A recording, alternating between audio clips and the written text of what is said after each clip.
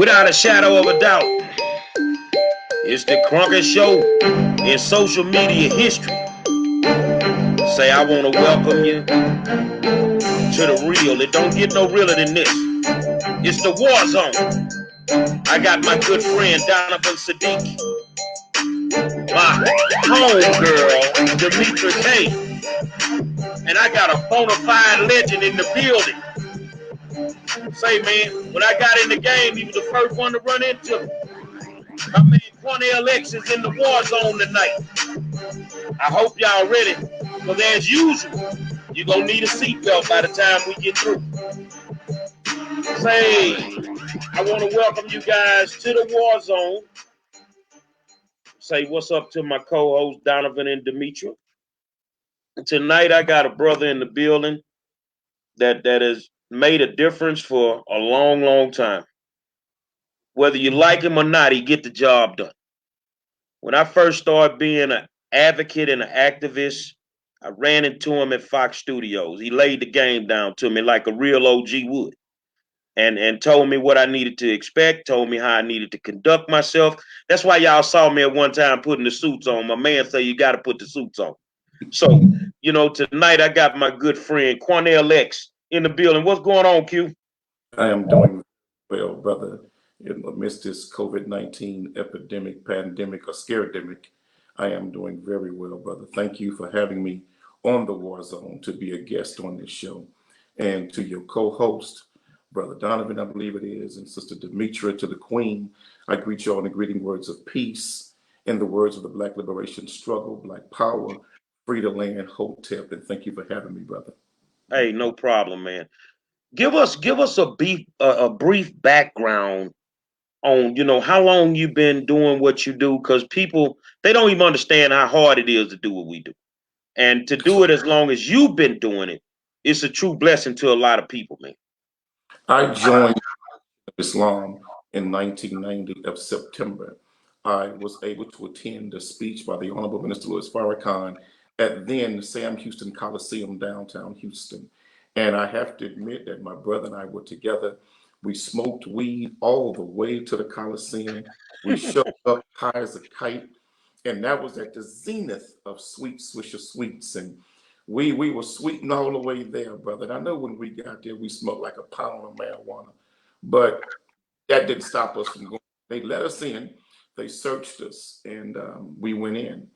And when I heard the Honorable Minister Louis Farrakhan speak, "As God is my witness, Brother Monroe," my life changed on the spot.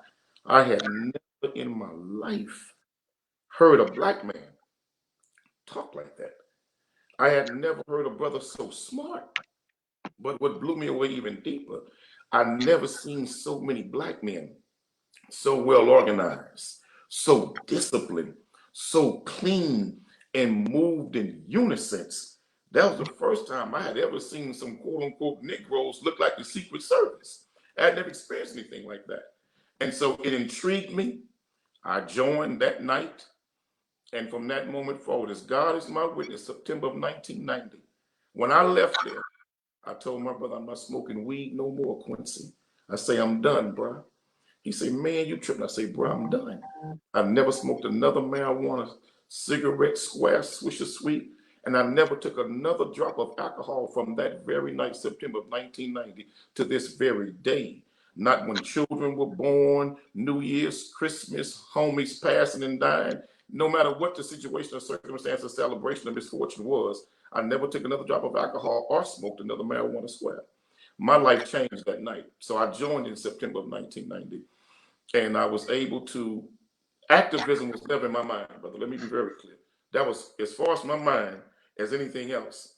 I never even knew that God had blessed me with the gift of speech until the minister made us all submit to a course of study. And so the more we read and read and read and read, then I could articulate very well what we were required to study. And it blew my mind when I began to read things that we had never been taught in school, brother. And I remember my biggest issue with my mentor at the time, Brother Minister Robert Muhammad, who was Abdul Halim Muhammad now.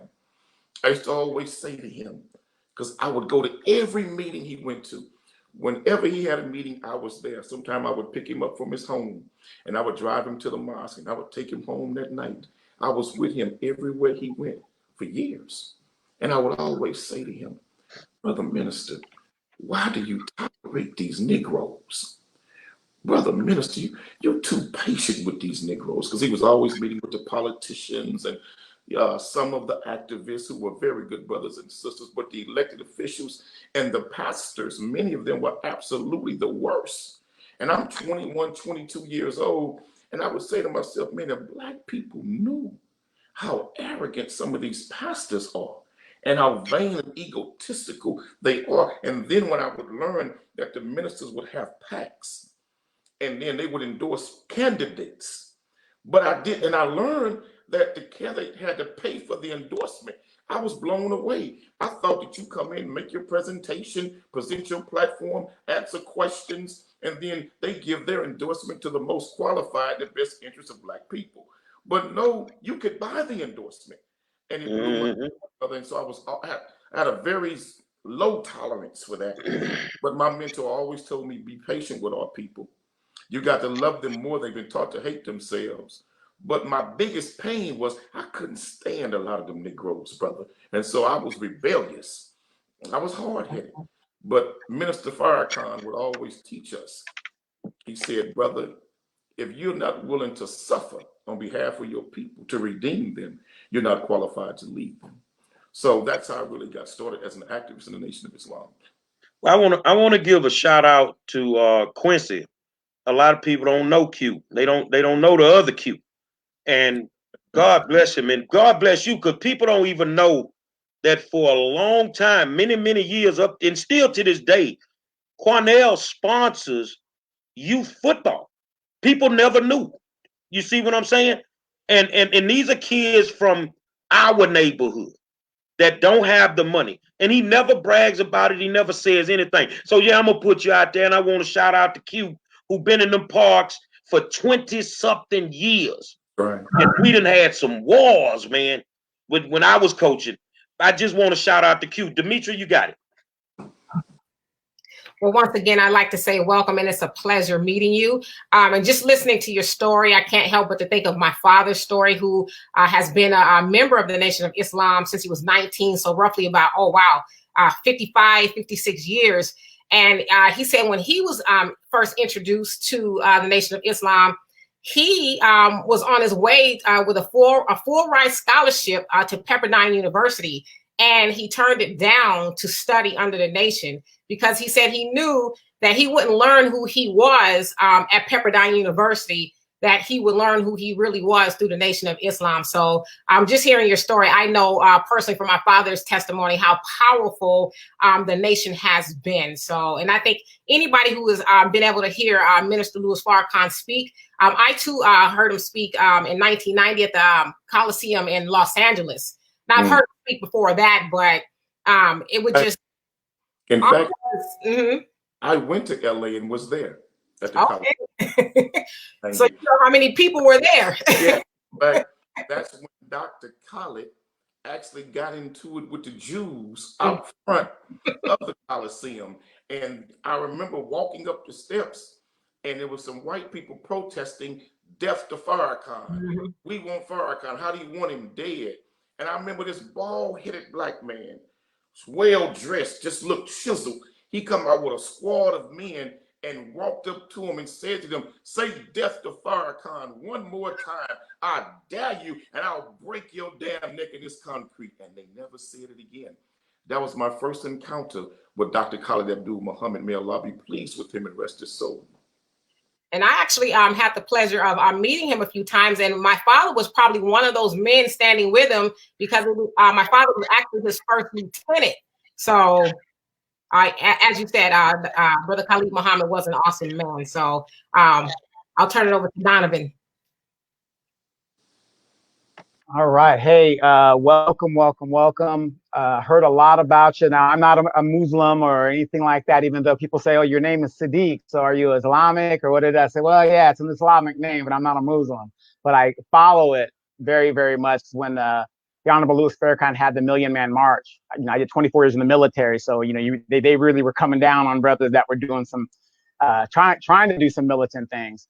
And Right. I was lucky to have attended that thing, and I still have my little pass that they gave you. And I went, I wasn't supposed to go, but I went anyway. And I heard some fabulous stuff in how, as Black men, we are supposed to take back our communities and our families and all that great stuff. But I'm the one on the show, and I always say this: when wisdom is talking, sit and listen. But I'm taking notes too, brother. So welcome to the show. Brother, I did not know, Sadiq, you attended the Million Man March. Whew. Do you find it difficult when people ask you about the Million Man March to try to explain what actually took place on that day? Because when you try to explain it, if you were not there, you could not comprehend what you were a part of. And it was so profound when you tell people, do you remember the scene where the brother died at the march? The old man died, and he was way in the back, and he was in the process of dying. Mm-hmm. And he said, if they want to take to the hospital, he said, no, if I die today, let me die right here with my brothers. And out of respect to the elder, they picked his body up, and the brothers passed him from the back, Brother Monroe. Yeah, I heard that. Mm-hmm. In the air, like this, in the air. They passed him through the crowd in the air, like this, all the way to the front. And the elder died 10 minutes later at the rostrum in the front, listening to Mr. Farrakhan. And what was deep, not one brother was arrested for anything. 2 million Black men, not one brother was arrested for anything. Minister Farrakhan instructed us to clean up before we left. Mm-hmm. Not a piece of garbage was left on the ground. Not a bubble gum wrapper was left on the ground at the end of that march. And I'll never forget when I was going that morning, and I was with the brothers, and we were going up. Brother Khaled was with us. And so as we were going, we were like, man, is it really going to take place? I don't think 1 million men going to show up. And we got there, brother, and we just saw crowds of men. This was a Monday morning. And there were so many brothers just walking. They shut the streets down to where white folks in their cars looking around, what is this? And Black men were coming from everywhere. And then about 11 o'clock, you looked out because I went to the stage. And when you looked out, Brother Monroe, you couldn't count or see the Black men that were there. You couldn't even, if you had binoculars, you couldn't see to the end of all of those brothers. Wow. But it's deep you brought that up, brother, because that's something that every Black leader, Muslim or non-Muslim, should make required instruction and teaching to all young Black men and women, that 2 million brothers could show up on a Monday morning, take the day off work from school, all of that, and shut the nation's capital down. Clinton got on a plane and flew the hell out of there. Him and Hillary. They shut it down. The first time in American history that the Senate closed because of a non-national disruption, but they considered a national security threat, and the Senate shut down and Congress. I think there should be required reading for all young Black brothers and sisters. And that day, I hope and pray that those of us who were there never let that day die and be. As an activist, I always tell people I stay in my lane. And when the Maleah Davis situation happened, people like, Monroe, you ain't got much to say. I say, nah, the big brother got that. I ain't got to worry about that. I already know he gonna handle that. So me and you talk. I think we talked twice during that time. And a lot of people, once they figured out you were coming on the war zone, they like, man, can we get an update on Maleah? Because they don't hear nothing, and they don't want to forget this beautiful little queen. They don't want to forget her. So if you can you provide us with some type of an update in regards to the Maleah Davis case? I'll do a little more with an update, and then I'll give you some details, some small details that I've never talked about. And that's going to be talked about during the trial. When I first got involved with the Maleah Davis case, we all thought something was wrong with that story. just on the surface, it didn't seem right. And so when I began to talk with sister, the mother, Brittany, and had conversations with her, I said, let me get some brothers over there and start doing some due diligence. So I sent 3 brothers over to the apartment complex, and they were literally going door to door talking to whoever they could to find the information about the brother and Brittany and Leah and other sibling to find out what was going on, what could they find out. I talked to police sources to see what I could squeeze out of them before I ever met with Brittany. Then I was able to speak with family members that really shared some vital information with me. And so when I sat down with Brittany, I listened to what she had to say, asked a few questions about Darren, and she was extremely concerned for him. She had a tremendous amount of concern for him and his well-being. And it was strange to me because I'm like, your daughter's still missing. And he didn't gave a flimsy, crazy story, but you have all this great concern for him. So then I was that I knew the cops didn't even have. So I began to raise questions to her. I say, what about when he would pick her up from the daycare and you didn't know? And she looked. She said her first word, she said, how you know that? I said, sister, I know. I said, talk to me about it. And she began to speak about that. I said, well, let me ask you another question. Did he whoop her? She said, well, no, not really. I said, no. I said, did he whoop her on this, such and such, and this was the reason, blah, blah. She said, how you know? I say, sister, I know. And then that's when it started crumbling about the secret house and things that have been covered up and how she failed to protect her own child. And she knew what was going on. And I was saying, I got emotional for a second and I slapped the table and said, how could you leave your child with this man? And I had to catch myself because I know I got to do, and I don't want to make the relationship so advantageous and argumentative to where I can't get to our ultimate goal, where's Maleah? And so I had to swallow a lot, brother. I had to really swallow a lot, but the ultimate goal is find this baby. And so I found there was a brother locked up with him in the area where he was locked up. And I was able to get some information. I went and saw the brother who was in the area where he was and talked to him. I said, how you doing, brother, blah, blah. He met with me and said, I was the gentleman in another cell down on the road from me. He said, oh, that dude, blah, blah. He told me some things. I said, okay, all right, I appreciate it, brother. You know, you're all right. I said, okay, but I just wanted to sit and talk with you for a second and get a few questions. So I wanted to get some internal intel about this brother before I ever talked to him because I knew he was desirous of talking to me, but I made him wait to talk to me because the more I made him wait, the more antsy he would be to open up. I knew. And so I popped up on him one time. I think we talked for 35 minutes and I had all of the information that I needed about where her body was and what happened and what had taken place. I just had a conversation just 2, maybe 3 days ago now about the status of Maleah's case and where everything is. The results sent back as soon as the courts open back up, and there has to be and there will be a murder charge against him because he did strike her with a blunt object and strangle the baby. That's what he did.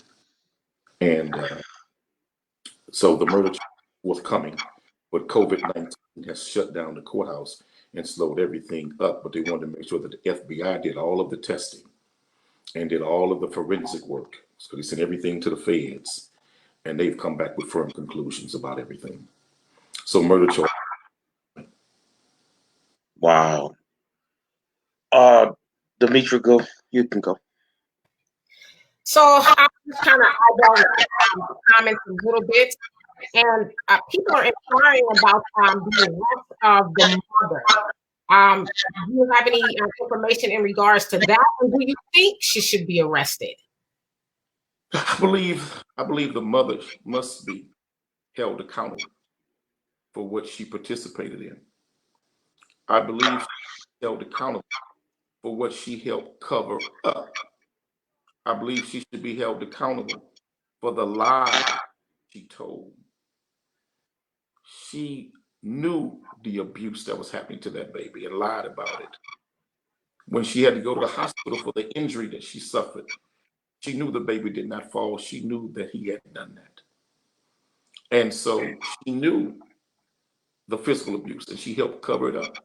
She intentionally and knowingly lied about it in the hospital because she didn't want to see him get in trouble. And so she had to be held accountable for what she knew. She must be held accountable for not protecting that baby who couldn't protect herself when she was fully aware of the abuse and helped cover it up.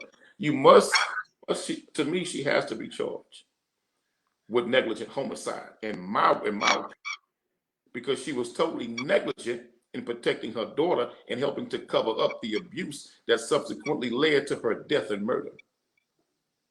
That's just my opinion. But if they let her walk, well, hell, they let Lacey Peterson walk too. So I wouldn't be shocked. But I know one thing, that's not something that we should ever tolerate. Exactly. Donovan? Yeah, that's a pretty tough case there. But in cases of murder and homicide, real serious cases, what is your take on the death penalty? Is that something that should be eye for an eye? I know being a Muslim, but I believe the problem with the death penalty in America is it was never passed or intended to be applied to rich white people. It was always intended to be applied to the poor. Because if you're rich, no matter what the crime is, you never get the death penalty. The death penalty are for those who primarily only get court-appointed attorneys. Show me how many cases where you had a financially rich defendant charged with murder or mass murder that got the death penalty. That does not happen. It only happens with poor people. So I'm against the way the death penalty is disproportionately and racistly applied to Black, brown, poor people. But I'm not against the death penalty because I firmly believe for what that brother did to Maleah, the only punishment should be death. I'm just being honest with you. How could you do that baby the way you did that baby?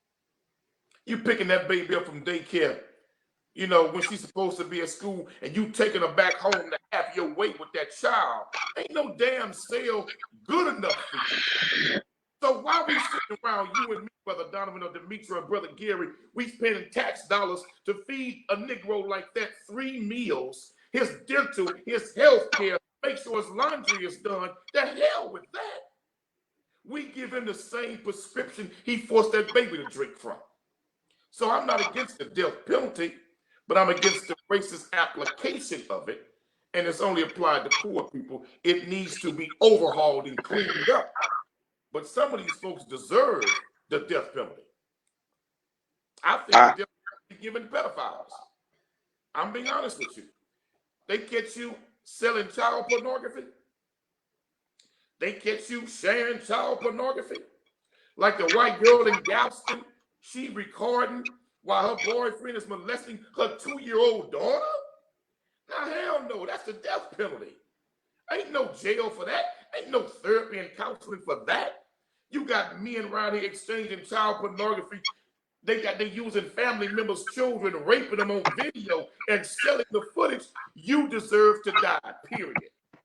So I believe we should be fair and we should be on time when we do it.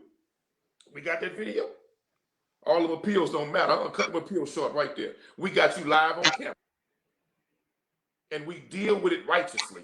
And so the next freak that think he wants to prey on a child like that will say these people ain't playing. Let me ask you something, Q. One, I think the whole country wants to thank you for getting Maleah back home. We couldn't rest. We were running through it just like you were running through it. So thank you for getting her back home. What would you tell the rest of the Britneys out there, because they do exist every day in every single city? We have a Britney in every single city. What would you tell these women about this situation, and just about being a conscientious mother to make sure that your children are protected? Brother, the first thing I would say is the Honorable Elijah Muhammad taught us that a nation can rise no higher than its woman, and that we as Black men should uplift and protect the Black woman. The problem is, Jesus said it best. He said, God the head of Christ, Christ the head of man, and man is the head of woman.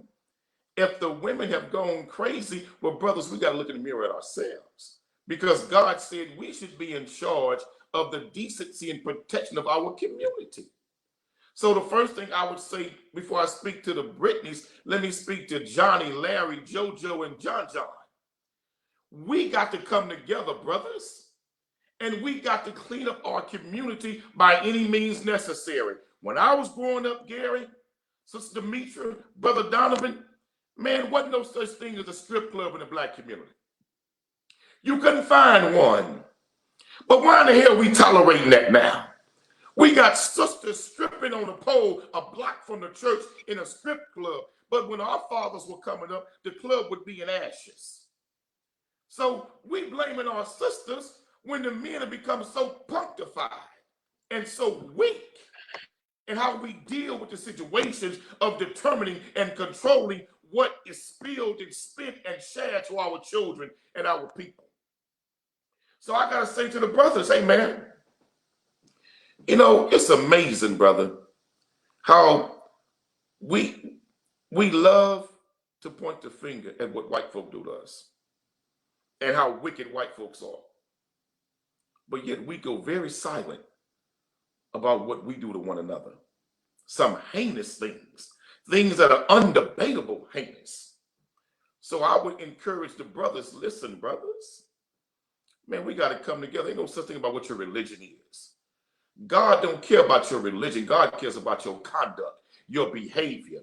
Because even a fool that's on the corner, that's a wino, he's not concerned with the label on the outside of the bottle. He's more concerned with the contents pouring down from the inside.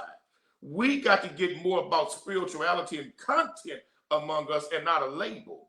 When we do that, we can come together, but it's unacceptable what we as the men are tolerating that produce many Britneys now in our community. Because even older Black women didn't let a Britney exist. Sisters would deal with sisters back then, not anymore. So that's the way we were, but look at the way we are now. To you mothers, listen to me, sisters. I don't care how fine he is. I don't care how handsome he is. I don't care how good the love making may be in the bed, in the kitchen, wherever the hell y'all want to do it. Don't you let no fool please you and you bring him in the house around your children and you don't really know that man's background. You let that man pass a real test when you're a single mother to be around your children. Every single woman should do a criminal background check on any man that's trying to get with her. You bringing molesters in your home around your children, going to the store while he's raping your daughter while you buying groceries because you was too damn lazy to do your homework into this man. Look, sisters, it's better that you be single and let God be your man than to hook up with these fools that's raping your children and you keep your mouth shut because he's paying bills. God is my witness, Brother Gary. About 10 years ago, I had a sister call me, wanted to help her husband get out of prison. I say, well, what is he in prison for? Well, he molested my daughter. I said, well, how long did he get? She said 15 years. She said, but I want to help him get out. I say, well, sister, I can't help you get him out so you can kill him. She said, no, I love him. And he's changed. I say, where's your daughter? She's still around. I say, so you want me to help get the man out of prison that raped your own daughter? She say, she's forgiven him and it's over with now. I say, man, don't you ever call my damn number again.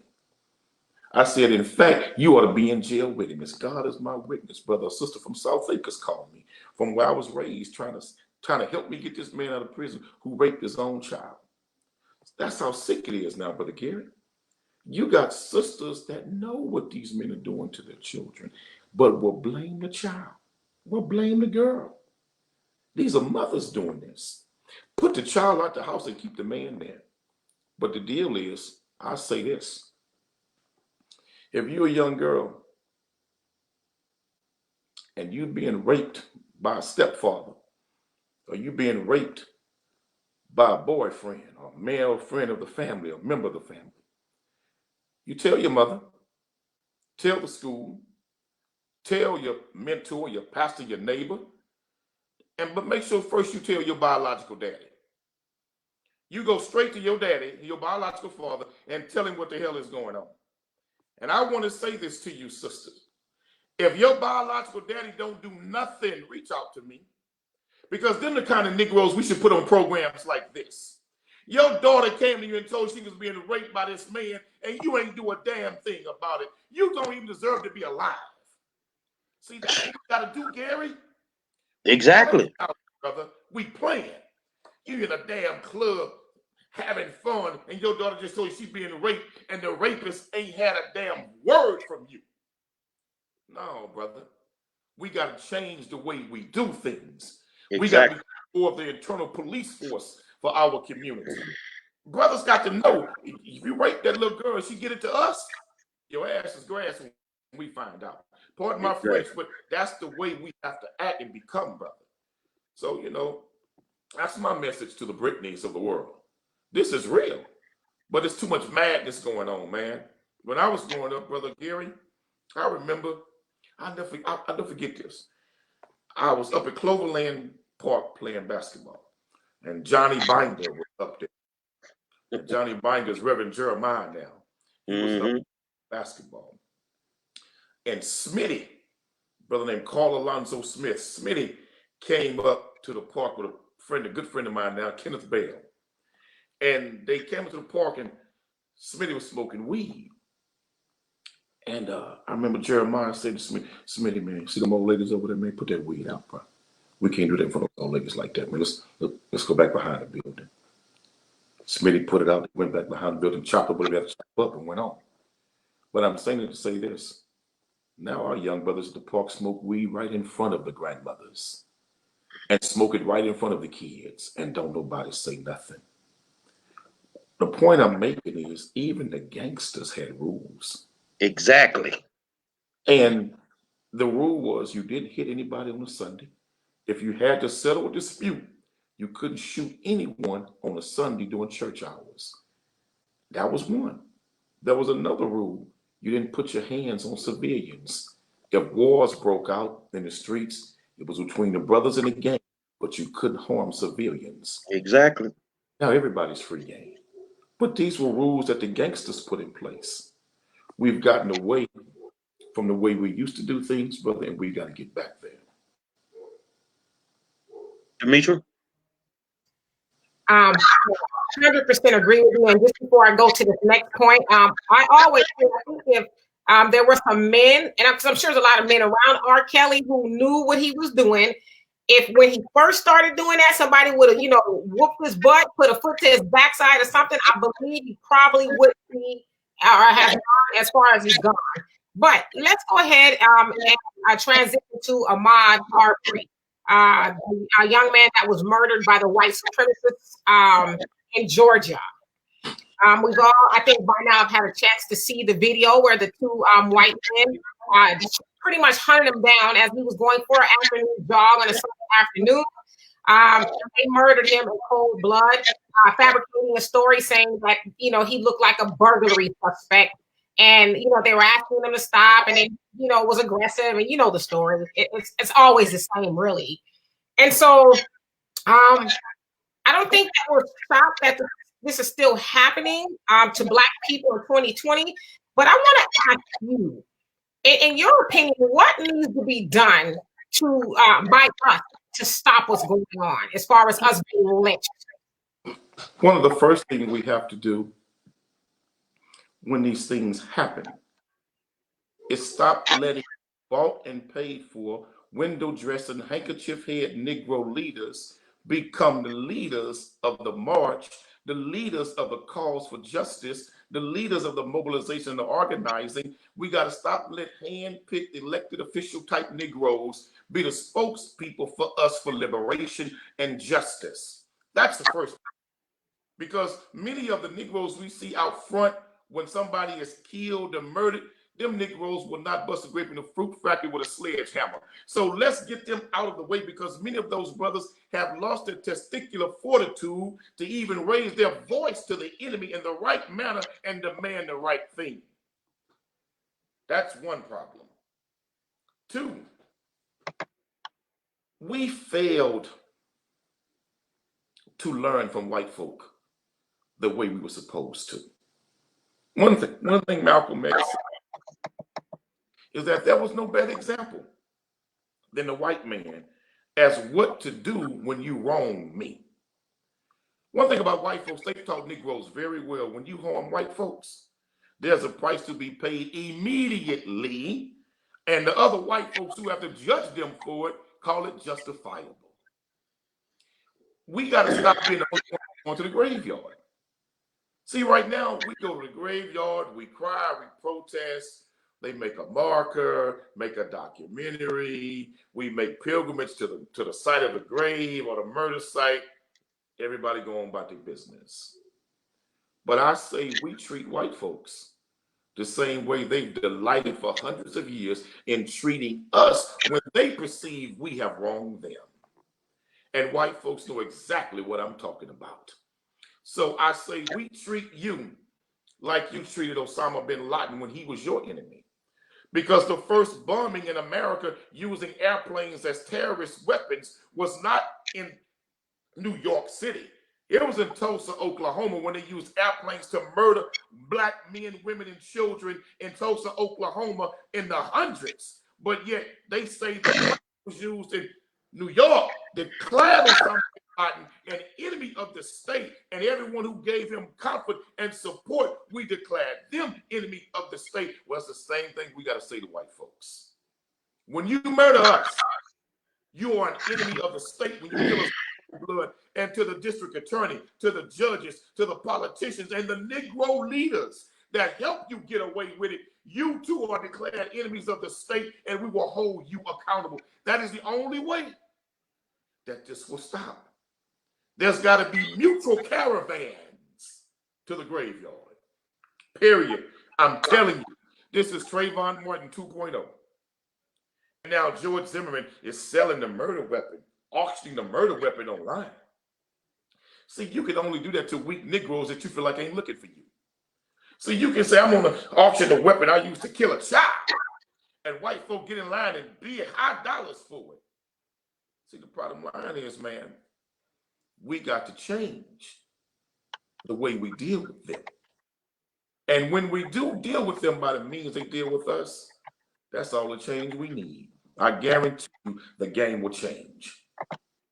Anything shorter than that is not going to work.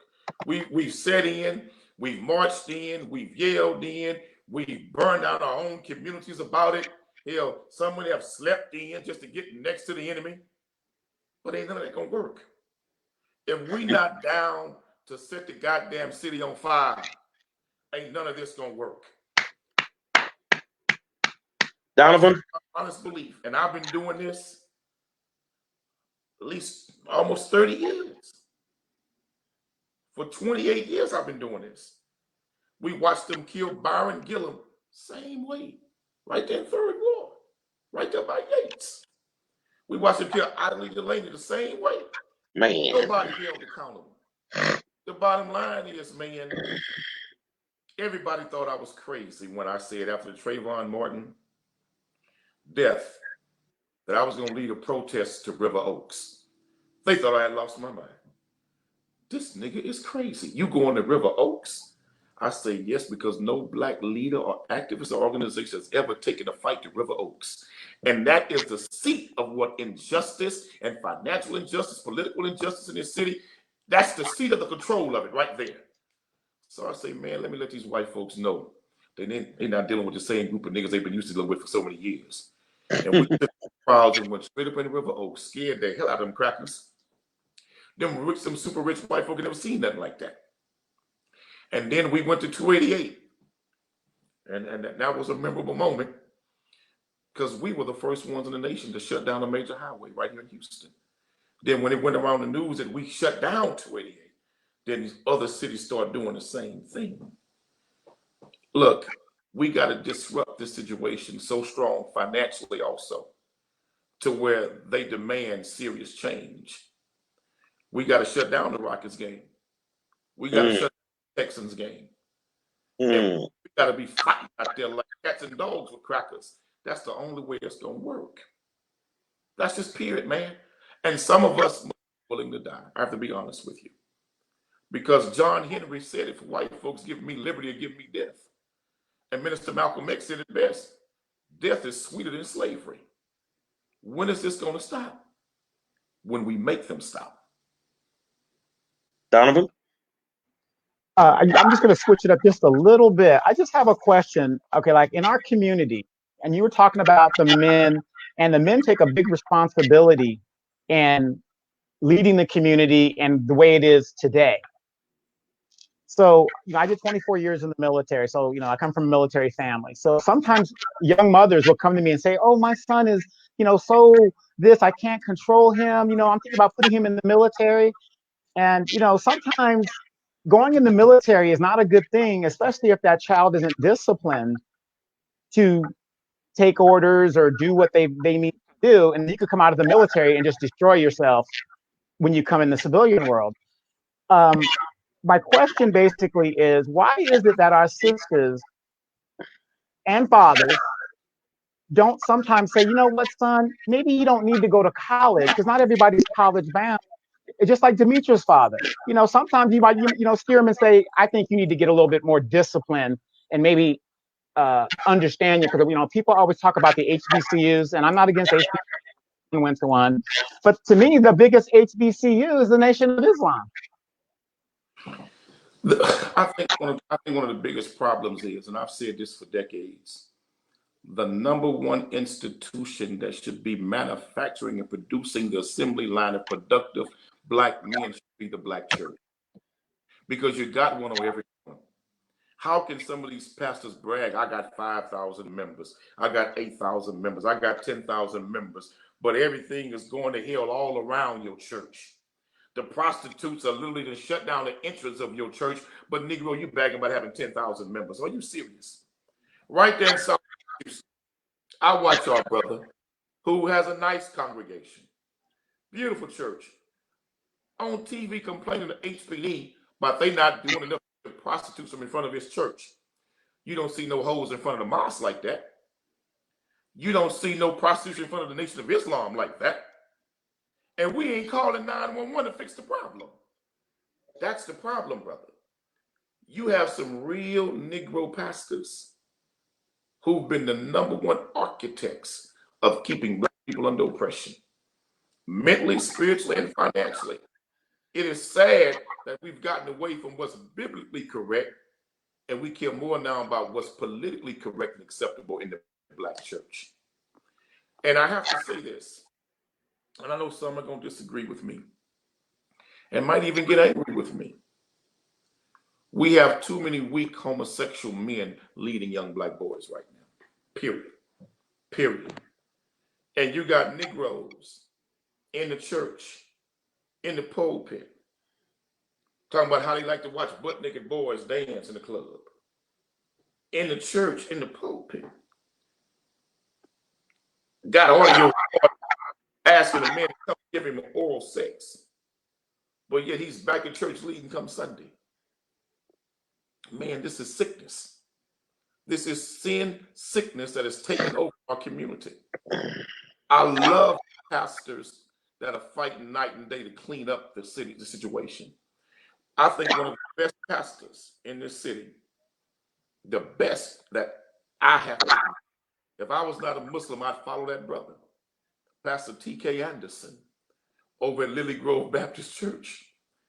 Because that brother keep it absolutely real, man. He don't care about no political acceptance. He don't care about making no friends with the mainstream. He care about the word of God.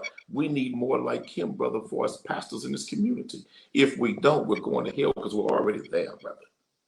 So if we're going to produce black men, we got to change the leadership of black men.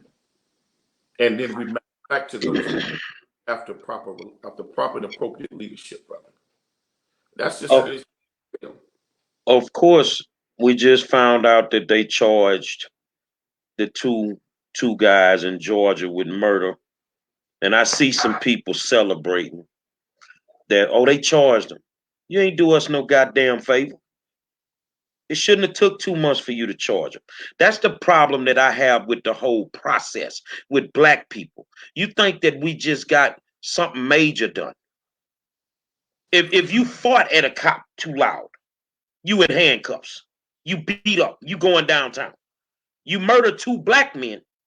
And because the only thing that got them dudes in jail right now, Quanell, and you know it, is that video. The threat. If that video was never leaked, they would get away with murder. That's right. And what's sad, and you just finished speaking on it, is and people keep worrying about all the elected officials. I don't give a damn about the Asian elected official. I don't care nothing about the white elected official right now. I'm talking about the black ones that are silent, that ain't opening their mouths right now. You know, Joe Biden said, they don't give a fuck what Joe Biden said. You wouldn't have, you didn't say it 20 years ago. You didn't say nothing 2 months ago before they leaked the video. Man, talk to these people, brother, so they can get a clear. These folk ain't did us no favors today. They should have been charged from day one. Well, brother, here's the problem. It is a good step in the right direction. But what we should demand now is a change of venue. Because if they're going to be put on trial with the same racist white folk that wouldn't charge him in the first place, if he's going to be prosecuted by the same DA's office that he worked for and retired from, if he's going to be judged by his peers that think it's all right what he did, we'll be celebrating too prematurely for nothing, like Trayvon Martin. We got to demand that the feds step in. The feds do the prosecution, because see, then he'll be tried, not just countywide. Then everybody can be summoned to sit on that jury, and it won't be a biased DA's office with whom he worked for that didn't want to charge him in the first place, that wrote in the letter that he committed no crime. So what are we celebrating for? So his cousins, his uncles, and brother-in-laws, and good friends for decades let him off? Because they'll be the jury. So we're way too premature like this. We call this a celebration. Let me say this here, and you speak on this, Q. Right now, you have these quote unquote celebrity Negro lawyers, Lee Merritt and that other clown, Benjamin Crump. I want everybody to understand something. Q finna break this down for y'all, how this go with these dudes, man. So when something happen, you go run to them, tell them what's gonna happen to them, Q.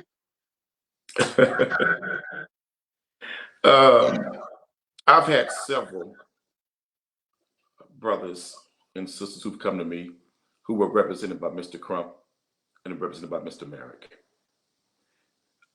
People think when they see the lawyers out front that the lawyers are there advocating for social justice and social activism. That's not necessarily the case often. Before Ben Crump will speak out publicly for you and Mr. Merrick, you have to sign a contract with them for them to be your civil lawyers, and that you have to give them up to 50% of any settlement that you receive in a lawsuit. So what they do is they step out front, and you think they're fighting for justice when they're fighting for a great settlement because it financially benefits them that they already receive 50% of the settlement because that's in the contract. But also in that contract, I have a copy of it. Also in that contract, you're charged as the client for all of the expenses. So all of the flights back and forth, and the private flights too, comes out of your settlement. So when you see these quote unquote lawyers the mistake that you're thinking is they're there for social justice and social activism. Lawyers come back to represent the community. No, no, no, baby. This is a financial interest, because will they do it without the contract? They have not done that. Just like the brother in Baytown who got beat by the cops in Baytown, who didn't do anything in that parking lot of the grocery store. That brother learned a hard lesson. Ben Crump come to town, speak up for him. And the brother was talking to me before. I said, brother, listen to me. Don't make that move. I'm telling you, brother, don't sign nothing. If he wants to fight for you, then let him fight for you. But if you sign no contract, giving him financial contingency of anything that you settle for. And lo and behold, the brother signed it and got burnt up and left out in the cold and dropped by Mr. Crump, as well as another one here in Houston with Lee Merrick got dropped by Mr. Merrick also, when they realized there was no financial incentive to be gained in a lawsuit against the state of the county or the city. So when you see this, you have to understand something. There's a tremendous financial interest involved for the lawyers. It's not about activism. But let me tell you how the activists are pimped.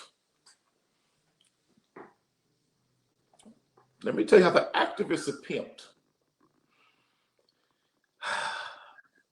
I worked on a case back in 2000 where a brother was at work and they put a noose around that brother's neck. I remember that. And the brother hired a lawyer, and the lawyers worked for him. But before they hired the lawyers, we led the protest. We held the press conference. We led the protest in front of the business. We shut down the business for a day. And the brother was awarded $1 million. Do you know we spent about $4,000 fighting on that brother's behalf? And when that family got that $1 million, they didn't give us $1. They didn't even cover the expenses that we spent out of our own pocket fighting for their loved one. They had $1 million, but you know who got paid? The lawyers. And it was us that backed the company into the corner. And the threat that we presented pushed them to settle the case. But the black brothers and sisters who fought so hard to make it happen got zero. And that ain't the first time. So even we as activists, man, we get taken advantage of all the time, brother. This is true. People was arguing about, oh, Quanell doing it for the reward money. He gonna get the Maleah reward money. Look, fool, I already knew going in I couldn't get no reward money, because it had been a documented understanding with Crime Stoppers for 20 years. Activists do not receive Crime Stoppers rewards. That was already documented. But I refuse to address the foolishness, continue doing my work. But brother, let me tell you something. There was a case of Randy Sylvester. I don't know if you remember this, Brother Gary. Brother named Randy Sylvester in Pasadena. He said his 2 children had come up missing and that he thought somebody had abducted his children. And come to find out, he murdered both of his children and burnt them alive in a suitcase. Wow. And he led me to the bodies. He led me to the bodies. And when I was walking with the brother, I kept saying, brother, let's just stop and show me point where the bodies are. I'll tell the police where to go. He said, no, I want you to see it.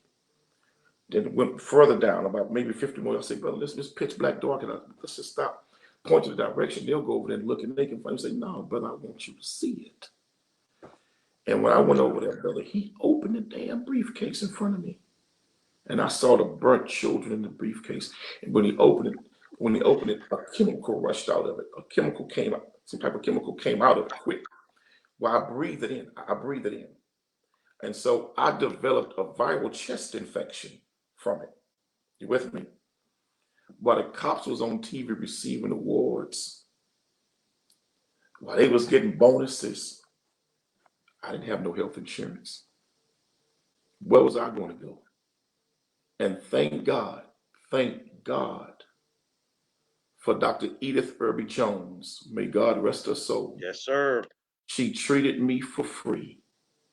And I had to borrow money to pay for the prescriptions that I was on for 2 weeks to get the infection of the decomposed bodies out of my lungs. Brother, let me tell you something, Brother Gary.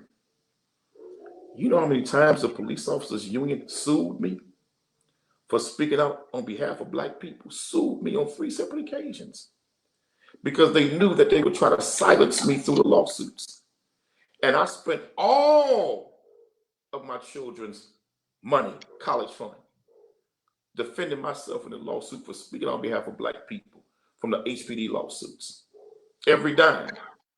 But I thank God for Brother Matthew Knowles and Sister Beyonce, who made sure my children got it back. And I've never spoke about that publicly. But, brother, a lot of us don't understand what activists really go through. Man, it is unbelievable what we have to endure, brother, if you're legitimately a real activist. Now, if you're just somebody just playing and doing a little bit here and there, you ain't no problem. But if you're really seen as a threat to white people, a threat to law enforcement, they're going to come after you in so many different ways, brother, to where you're going to be on your toes night and day trying to defend and protect yourself. Being an activist is a cold, cold, painful job, brother. And many of the handkerchief head Negro leaders want to see you fall more so than be successful, because they hoping and praying you never come after them, because they know they're worthy to be came after. Demetra? I want to piggyback off of what you said about activists and payment. There's a lot of people who feel activists shouldn't get paid. I'm not one of those people. I feel like if you do the work, you should be paid for what you do. But so what do you feel about hearing people say, oh, you should do it for free? If you really would, love Black people or the Black community, you should just do it for free. Well, what do you say to that? I believe that activists should not be paid for everything that we do. I believe there should not be a price tag attached to all of the work that we do. But I believe in order to be an activist that is free and independent and that can fight without compromise and fear, then you must be independently financed outside of the white man's system. Because if you're financially dependent and beholden to a mainstream system, well, then they can take your livelihood from you and shut you up tomorrow. But an activist that you really want, that's fearless and that can't be compromised, he has to have an independent source of income that he can fall back on, or she can fall back on, to stand up for Black people. Now, you want to say activists should not be paid. Do you say the same thing about your pastor? You preach that word of Jesus all day. You give them Negroes a love offering all day. You buy them planes, you buy them jets and helicopters. But when your backside is eaten up by white folk, you don't go to them, you come to us. And some of them send you to us. That's exactly what I was going to say. Every week. But the Black man is fighting that damn devil on your behalf because you've been vilified and you've been done wrong. We should do it for nothing. How in the hell we gonna survive and fight for Black people working for free? You don't ask the Boy Scouts to do it for free. But you don't say nothing to them. And to those Negroes that say, well, you should do it for free. Okay. Well then, brother, all that we do should not have a price tag to it. But ain't nowhere in the world we can do everything for free. It's impossible. We don't take government funding. We don't take state funding. We don't take city funding. We don't have state, city, or governmental contracts to subsidize our payroll for those who work for us. When I hire investigators, they don't work for free. They working for me. When I hire medical examiners to give me an independent analysis of an autopsy report, they ain't doing it for free. When I hire lawyers to draft letters for me on a client's behalf and give us instructions of what we need to do, they're not doing it for free. But it's amazing how we pay for everything white folk wants to pay for. But Black folks who stand up for us should do it for free. Dr. King didn't do it for free. Let's tell the truth. Tell the truth. Dr. Martin Luther King Jr. put the March on Washington on. And the Jewish organization, who was a founder of the NAACP in New York, gave him $850,000 to put that march on and paid off his house so he wouldn't have to be worried about rent. He didn't really do it for free. He did it out of love, but everything he did wasn't for free. So I would say, yes, do as much as we can for free.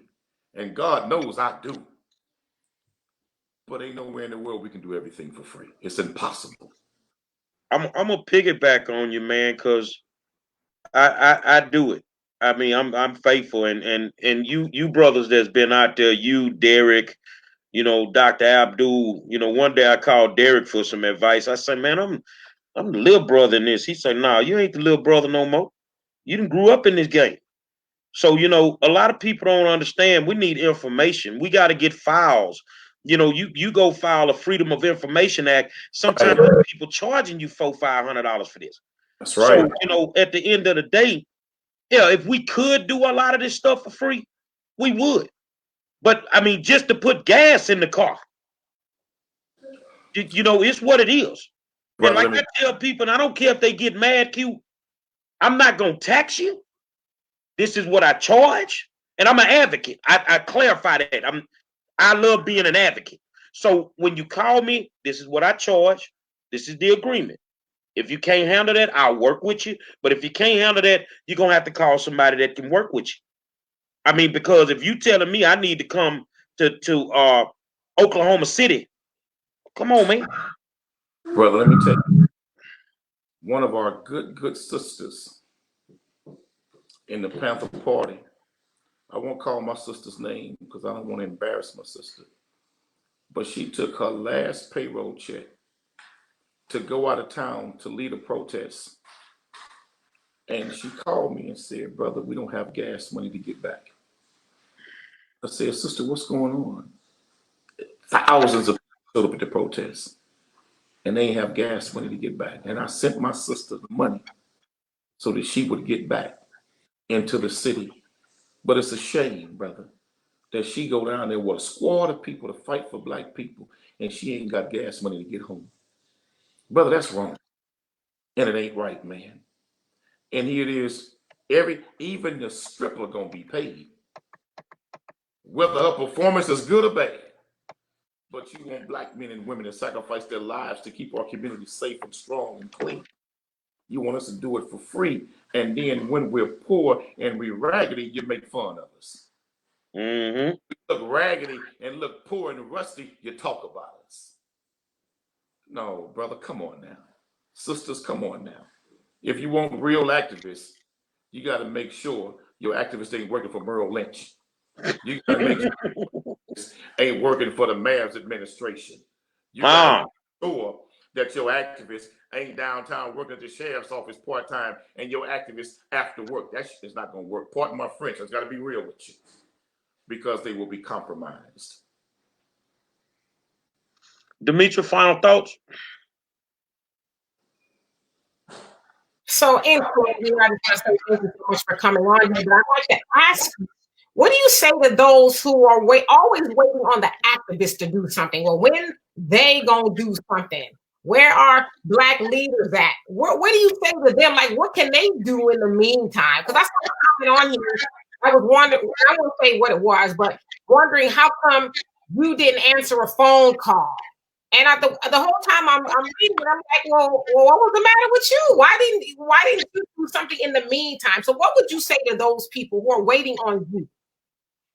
Well, I would say, first of all, don't look to the activists first and foremost to do anything. Look to those who are consistently on the payroll first to do something. Your pastor is consistently on your payroll. Mm-hmm. Your official gets health insurance, free health insurance for him and her family, his family. And they get a check every month for being your elected official. So you got people that actually pay to represent you. So before you look to those who are not consistently on your payroll to do something, why don't you look first to those who are consistently on your payroll? And where's your pastor? Where's the elected official? For they're being paid to do this work, for sure. Secondly, the leader you're looking for is standing in the mirror. The leader you're looking for is standing in the mirror. There it is. Stop asking me what I'm going to do and ask me what we can do. Stop asking about what that one's going to do and what that sister going to do. Hell no, what you going to do? So let's find out what you're doing and they doing. Now let's get together and let's do it together and make something really happen. But see, that be them scary Negroes who are too lazy to do any damn thing. They always want to talk about what somebody else is doing, but yet they not calling the activists saying, can I help you do it? So that's what I would suggest that they do. Start with the leader first in the mirror. Then talk to the brother or sister that's known for doing activism and reach out to them and see how you can help them. Donovan, final thoughts? Final thought. Remember in the movie Malcolm X, where the brother was just so amazed after he had heard Malcolm talk, he says, I want to be a Muslim too, but he didn't know what it was. I remember So this. my question to you is that some of the people that are listening to the show right now, maybe some young guys might be interested, they've heard about the Nation of Islam. What would you suggest they do, read, or, to get them started if they're interested in joining the Nation of Islam or supporting the Nation of Islam? I would say this. I am the leader of the New Black Panther Nation. I lead the New Black Panther Nation across the country. And that's a lot of what I've been doing now for the last 3 years. A lot of work underground, mobilizing and organizing in different cities, establishing and building different chapters. Because one thing that we need is Black people. You can't really be effective without an army. If you don't have an army, you really can't be effective. So you need an army. So I want to first, since I'm on here, I don't know if they're listening or not, but I want to thank Sister Captain Sharon for the work she's doing in her city. Brother Chairman and Captain Frank for the work he's doing in his city. Sister Kendra, Brother Michael, Brother David for the work they're doing in their cities on behalf of the New Black Panther Nation. I would say this, brothers and sisters, leader, try to first be a follower. You got too many activists out here that want to be activists when they've never been a follower. They want to be overnight leaders, but they've never followed anybody. And if you've never learned what it is to be a follower, how can you truly love and protect and properly guide those with whom you lead if you've never been in their shoes? So I would say stop trying to be the leader and first try to be a follower. Then once you grow and you spiritually and physically and mentally and financially become stronger and you be filled with greater wisdom, then step on out there and do some leading. But let's see if first you can be a follower. Because if you become a leader first and you're not a follower ever, you won't be a leader long. Not at all. So I'm not going to encourage anybody to go join the Nation of Islam and join the Shrine of the Black Madonna or join the Panthers or the Shape Community Center or Joel Osteen's church and the Best Life Now, all that foolishness. I'm not going to do that. But I am going to say, to me, if I've ever done anything that you respect or admire, I learned it in the house of the Nation of Islam under the guidance of the Honorable Minister Louis Farrakhan. And before I became a Panther, I was taught and built and instructed and qualified there. There's no way I could be the new Black Panther Nation leader that I've become, and I'm still trying to become, had it not been for the Nation of Islam and the mosque. So I would say, join a Black organization. As Asante Kwame Nkrumah said, Stokely Carmichael, former Stokely Carmichael, may Allah be pleased with him. He said that join a Black organization, become a part of a Black organization. And even Minister Farrakhan said join the NAACP and the Urban League. We need real revolutionary Negroes to join those Negro groups, to stir it up, to shake it up. So I say join all Black organizations. That's what I suggest. I'm going to close it out with this, something that you just said. My father used to tell me, he said, in order to be a good chief, you had to be a good Indian. Mm-hmm. He said, but while you were being a good Indian, you had chief tendencies in you the whole time. Everybody's not born to lead the revolution. Everybody doesn't have that in them. To walk the walk that we have to walk some days, you have to understand you're looking at two of the most vocal Black educated leaders in the country in Quanell X and Gary Monroe. You sure you want to walk in them shoes? Because it ain't an easy walk some days. But the one thing we're not going to do, we're not going to back down. We're not going to back down. So I applaud you, my brother, for always setting the example for those that choose to get into the activism game. I tell people, you can say what you want by Q. When I call him, he answer the phone. If I ever got a question, he going to give me the answer to the question. And he ain't gonna beat around the bush. He gonna tell me the real. So for those that like to talk bad about the nation, I want you to understand when you look at Quanell X, you have no clue where he came from. That's right.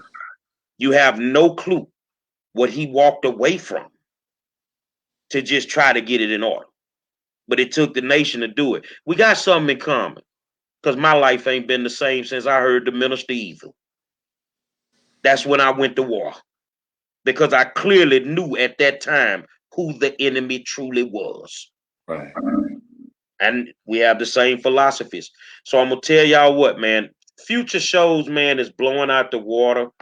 Oh, my goodness, man. Today we got Cynthia Cooper going to come through. Y'all know Coop, 4-time WNBA champion, Naismith Hall of Famer. Talk to Coop today. She going to come through. This Saturday we got Vince Young coming through. Texas legend in football, man.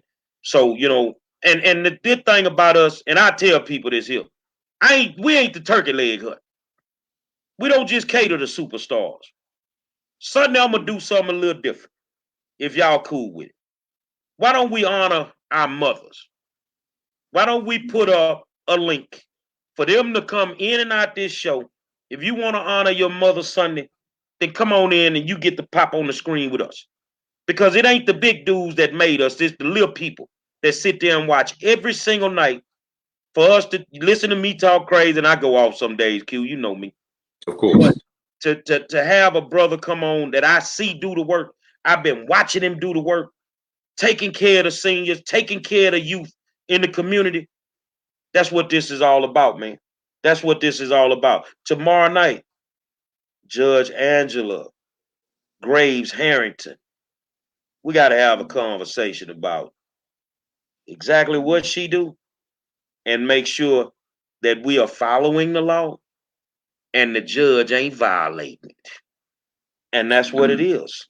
So here's my thing. I appreciate you coming through, Q. Thank you, brother. Doing what you do. And you got to keep doing it. Keep setting the example.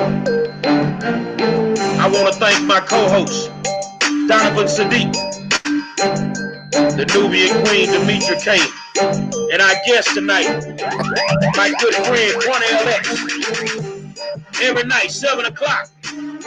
Man, you rocking with the 5-star General Doc. It don't get no better. We'll see you tomorrow.